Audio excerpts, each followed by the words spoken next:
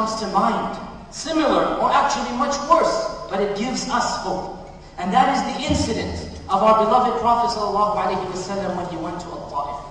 All of you know the incident, that after 10 or 13 years of da'wah in Mecca, being unsuccessful amongst the people of Mecca, the Prophet ﷺ for the first time journeys to the neighboring city of Al-Ta'if. For the first time opens up his da'wah to other borders, going to other cities.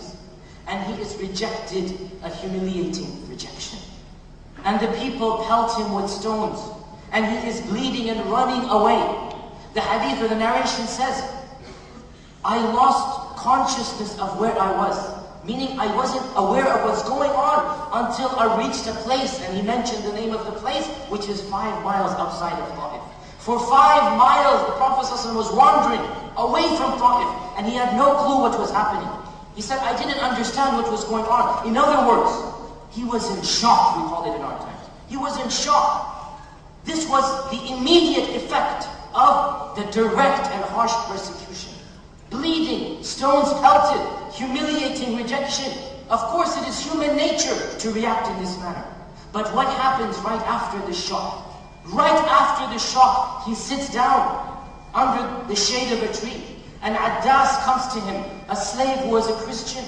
And the Prophet ﷺ starts giving him da'wah.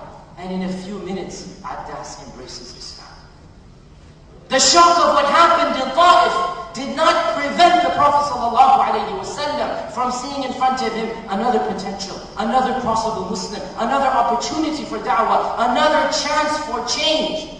He did react to Ta'if. It is not that Ta'if was ignored. And when Aisha asked him, what was the worst time of your life that you ever faced? He said, it was my rejection at Ta'if.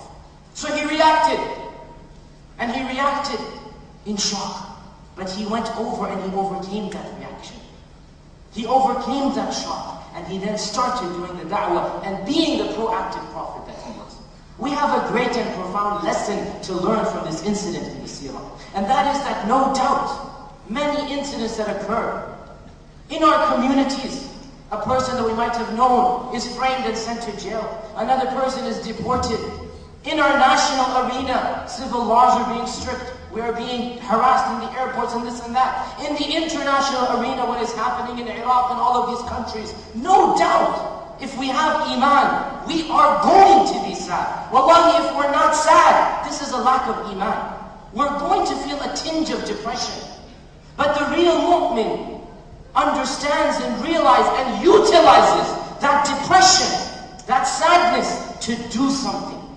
Whereas the person weak in faith allows that depression to remain and linger, and then grow and increase until finally the person reaches a state of despair and does absolutely nothing.